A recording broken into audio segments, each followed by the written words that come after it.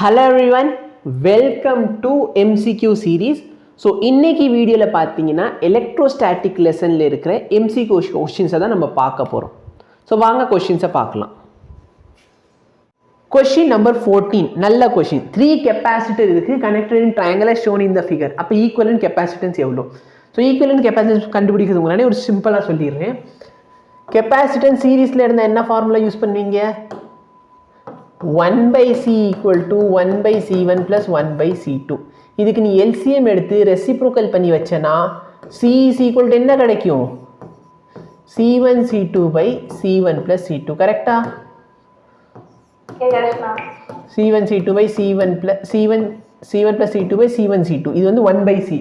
அப்ப இதோட reciprocal பண்ணிட்டனா உனக்கு கீழ இருக்குறது வந்துரும். parallel இருந்தா என்ன பண்ணுவ? C1 plus C2. C parallel பார்த்தனா simply C1 plus C2. இப்போ என்ன கேக்குறாங்க உன்கிட்ட potential difference between A and C. A க்கும் C க்கும் நடுவுல இருக்கிற potential. உனக்கு ரெண்டு வழி இருக்கு. ஒன்னு இந்த வழியா நீ A ல இருந்து C போலாம். இன்னொன்னு என்ன வழி? இப்படி வரலாம். நீ இப்படி வரேன்னு சொன்னா இந்த கெபாசிட்டர் வந்து சீரிஸ்ல கனெக்ட் ஆயிருக்கா? சீரிஸ்ல எப்படி கனெக்ட் ஆயிருக்குன்னு சொல்லுவ? நல்லா பாரு. ஒரு இதோட எண்ட் வந்து இன்னொருட ஸ்டார்டிங்ல கனெக்ட் ஆயிருக்கு. அப்படி இல்லனா சீரிஸ்னு சொன்னா உனக்கு போறதுக்கு ஒரே ஒரு வழி இருந்தா அது பேர் சீரிஸ். நீ வந்து இப்படி மட்டும் தான் போக முடியும். இங்க இருந்து வந்துட்டேனா நீ இந்த வழியா தான் சீக்கு வர முடியும். வேற நடுவுல வந்து தப்பிச்சு போறதுக்குலாம் வழி இல்ல. அப்ப இது சீரிஸ். அப்ப 2 க்கும் சீரிஸ் போட்டா என்ன கிடைக்குது? 1. அப்ப நல்லா பாரு. இது A. இது C. இங்க ஒரு 1 மைக்ரோஃபாரட் இருக்கு. நம்ம இப்படி சுத்தி வந்ததுல இங்க ஒரு 1 மைக்ரோஃபாரட். இது ரெண்டு parallel ஆயிடுச்சா? அப்ப parallelல சொல்லு 1 க்கு 1 க்கு எவ்வளவு? 1 க்கு 1 க்கு எவ்வளவு? 2 microfarad. 2 எனக்கு 4 னு கேட்டுச்சு. 1 க்கு 1 க்கு சேர்த்தா 2 மைக்ரோஃபாரட். புரியுதா? சரி, சப்போஸ் இந்த क्वेश्चन வந்து A க்கும் B க்கு நடுவுல கேக்குறாங்கன்னு வெச்சுக்கலாம். A க்கு B க்கு நடுவுல. இப்போ இதே டயகிராம் கொஞ்சம் அனலைஸ் பண்ணி A க்கும் B க்கும் கேக்குறான்.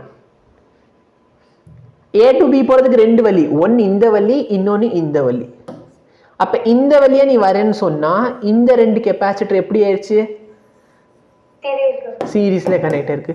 சீரிஸ்ல இதோட எஃபெக்டிவ் கண்டுபிடி. C1 C2 by C1 plus fantastic. அப்ப மேல பார்த்தனா ஒரு 2 மைக்ரோஃபாரட், கீழ பார்த்தனா ஒரு 2/3 மைக்ரோஃபாரட். இப்போ இது ரெண்டு எப்படி இருக்கு? parallel இருக்கு. parallel இதோட எஃபெக்டிவ் கண்டுபிடிங்க. ரெண்டுத்தையும் ஆட் பண்ணு. 8/3 வருதா? கரெக்ட்டா? Yes ma'am. Very good. A க்கும் C க்கும் கண்டுபிடிச்சாச்சு, A க்கும் B க்கும் கண்டுபிடிச்சாச்சு. வேற என்ன இருக்கு? C க்கும் B க்கும் கேக்குறாங்கன்னு வெச்சுக்கலாம். இல்ல பாரு, உனக்கு வந்து இந்த வழியா நீ வரலாம், இல்லனா இந்த வழியா வரலாம். கரெக்ட்டா?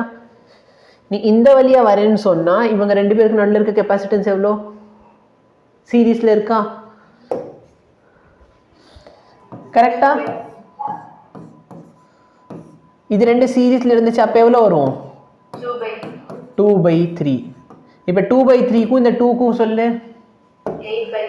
8/3. ஓகேவா? சோ இது எங்கன்னா B க்கும் C க்கும். சோ நம்ம क्वेश्चन என்ன கேட்டாங்க அவங்க கேட்ட क्वेश्चन வந்து A க்கும் B க்கும். A க்கும் B க்கு நடுவுல. சோ A க்கு B க்கு நடுவுல இப்படி போலாம். சரி, A க்கும் C க்கும் கேட்டாங்க. ஐ அம் சாரி. சோ A க்கும் B க்குனா நீ வந்து இப்படி வரலாம், இல்லனா இப்படி வரலாம். சோ இது ரெண்டு சீரிஸ், இது parallel. புரியுதா?